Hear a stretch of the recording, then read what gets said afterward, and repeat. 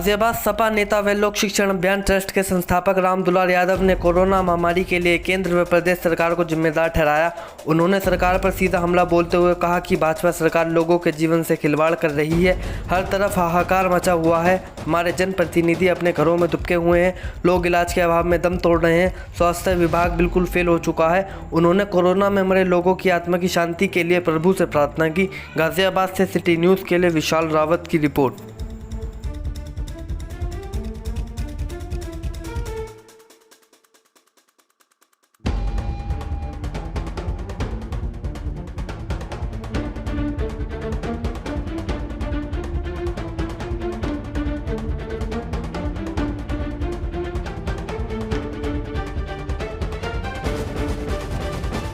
मैं राम दुलार यादव समाजवादी पार्टी का कार्यकर्ता हूं और लोक शिक्षण अभियान ट्रस्ट का संस्थापक अध्यक्ष हूं, जो समाज हित में, व्यक्ति हित में और देश हित में काम करती है।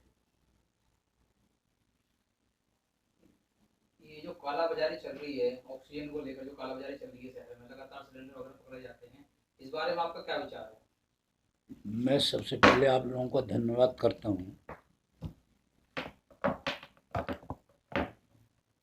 कि आज जो वैश्विक महामारी कोरोना का संकट है और इस संकट में जितने भी देशवासियों ने अपने प्राण असमय गंवा दिए, उनको नमन करता हूँ, वंदन करता हूँ। और जिनके परिवार इस दुख को सहन कर रहे हैं, उनके प्रति संवेदना व्यक्त करते हुए सर्वशक्तिमान सत्ता से ये प्रार्थना करता हूँ कि उन्हें ताकत प्रदान करे। जहाँ तक आपने कालाबाजारी की बात की है, हमारे देश का जब संविधान बना और उसमें जो प्रस्तावना है, उसमें 1976 में 42वां संविधान संशोधन हुआ और उसमें समाजवादी शब्द जोड़ा गया, धर्मनिरपेक्षता और अखंडता जोड़ी गई। समाजवादी का मतलब है कि स्वास्थ्य सेवा, शिक्षा, अज्ञानता और गरीबी को दूर करना। लेकिन आज दुख के साथ कहना पड़ रहा है कि जो दूसरी लहर कोरोना की आई है, उसने देश में संकट पैदा कर दिया है और लाखों लोग तबाह हो गए हैं। और सबसे बड़ा दुख का विषय यह है कि हम संवेदनहीन हो चुके हैं। देश के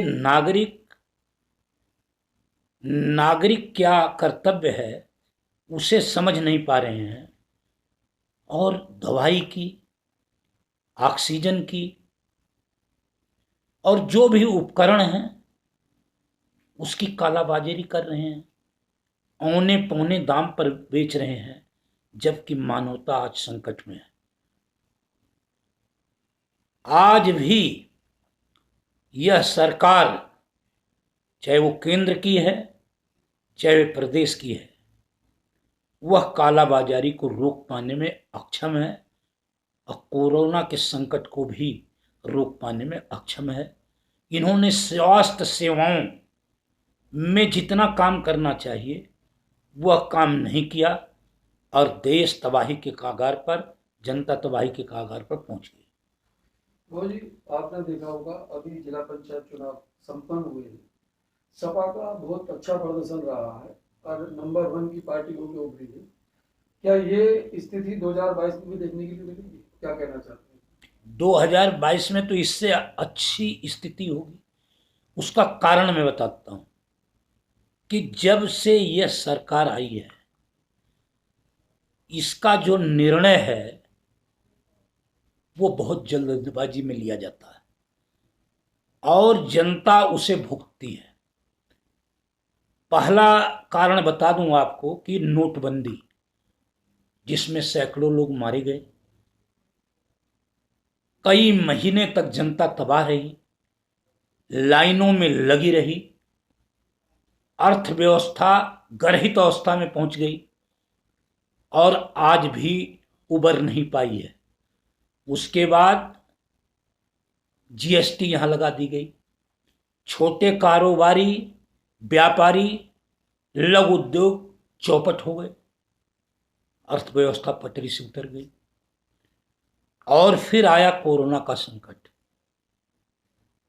जब बहुत थोड़े कोरोना के मरीज थे तो इस देश के अंदर लॉकडाउन कर लगा दिया गया, सारा व्यापार चौपट हो गया, आम जनता तबाह हो गई।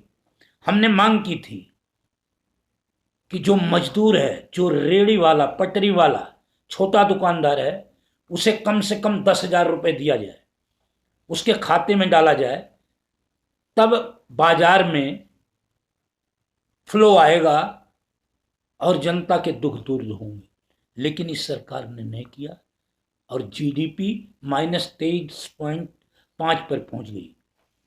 और मैं एक बात बताना चाहता हूं कि जब यहां पर 14 करोड़ से ज़्यादा लोग गरीबी के रेखा से नीचे चले गए, 12 करोड़ से ज़्यादा लोग बेरोजगार हो गए, तो जो औद्योगिक घराने, कॉरपोरेट जगत के कुछ चंद लोग हैं जिनकी पूंजी 13 लाख करोड़ से ज़्यादा बढ़ गई, 14 करोड़ लोग जो गरीबी के रेखा से नीचे जीवन जी रहे हैं, अगर उनमें जो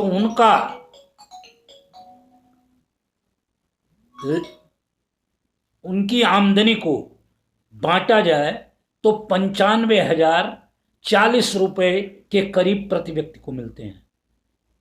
तो इतनी असमानता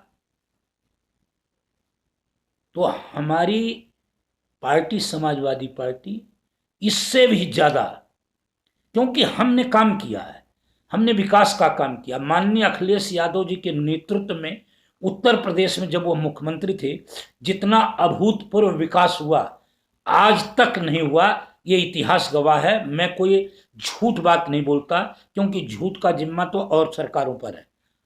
जी, अखिलेश यादव जी का कहना है कि भाजपा जिला पंचायत चुनाव में परास्त हुई है और जिला पंचायत अध्यक्ष बनाने के लिए जो वर्तमान में जिला पंचायत सदस्य बने हैं उनको डरा धमका रहे हैं बीजेपी। वो तो इनका इतिहास है। जहां बहुमत की सरकारें विधानसभाओं में बनी जिन प्रदेशों में, वहां डराकर, धमकाकर, प्रलोभन देकर, येन केन प्रकारेण सत्ता पर काबिज करना इन्होंने अपना धर्म मान लिया है। लेकिन यह लोकतंत्र के लिए शुभ संकेत नहीं है और न जनता के मत का सम्मान है। ये तो जनता के मत का अपमान है कि हम जो सरकार बनाने वाले लोग हैं उन्हें किसी तरह का प्रलोभन लेकर के हम सरकार बनाएं, तो यह लोकतंत्र को खतरे में डालने का काम है, संविधान के भी अनुरूप नहीं है। बीजेपी सरकार से क्या अपेक्षा करते हैं? आज तक इस देश के ज्यादातर लोग,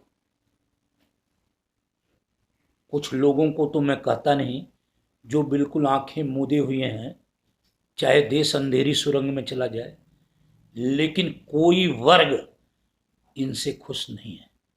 चाहे रेड़ी पटरी वाला हो, किसान हो, मजदूर हो, छोटा दुकानदार हो, छोटा इंडस्ट्री चलाने वाला हो, और यहाँ तक शिक्षक, छात्र, नौजवान। 2 करोड़ रोजगार देने के लिए कहा था, क्या रोजगार मिला लोगों को? जो भी इन्होंने वादे किए थे, इन्होंने एक वादा पूरा नहीं किया बल्कि इस देश को नफरत, असहिष्णुता में बांट दिया। भाईचारे को इन्होंने कमजोर किया। इसमें आप समाज को क्या संदेश देना चाहेंगे, क्या बताना चाहेंगे? हम तो कोरोना काल में कोरोना काल में सभी धर्मों और वर्गों के लोग, सामाजिक कार्यकर्ता, धर्मगुरु और राजनीतिक लोग लगातार बता रहे हैं कि जो सरकार की गाइडलाइन है उस पर अमल करते हुए हम मास्क लगाएं, दूरी बनाए रखें और लोगों की हर संभव मदद करें। मैं आप लोगों को बता दूं कि समाजवादी पार्टी के जिला महासचिव वीरेंद्र यादव एडवोकेट के नेतृत्व में लगातार पूरे गाजियाबाद के अंदर जहां भी कोई भी इनके पास आ रहा है, जितने इनके पास संसाधन है, चाहे वो ऑक्सीजन देने का हो, चाहे हॉस्पिटल पहुंचाने का हो, या जहां जहां सामाजिक कार्यकर्ता कार्य कर रहे हैं, लोगों की सहायता कर रहे हैं, उनमें ये अपने संसाधनों से आर्थिक मदद कर रहे हैं।